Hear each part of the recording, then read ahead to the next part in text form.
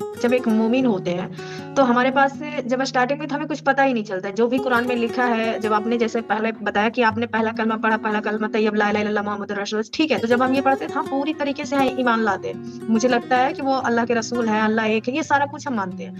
लेकिन होता है ये कि कुछ जब हम पढ़ते-पढ़ते कहीं ऐसी चीज़ों पे या कभी ऐसे दिमाग में एक क्वेश्चन उठ जाता है, जो फिर उस अंत तक हमें लेकर जाता है, फिर पूरी चीज़ों को साफ कर देता है ना। जैसे कोई सवाल उठता है कि किसी ने कह दिया कि जो है कि कुरान में लिखा है कि आप तो गैर मोमिनों को पकड़ो, उनको मारो, तो फिर ये उठता है कि ये कैसा कुरान है?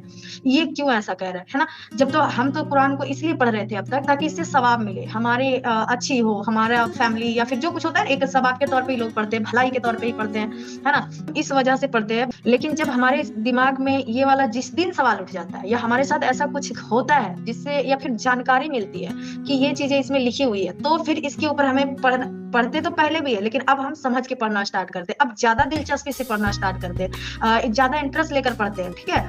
तब हमें पता चलता है कि अच्छा, इसमें ये सारी चीजें लिखी हुई है, तब ईमान जो है ना पतली गली से निकल लेती है। Well done.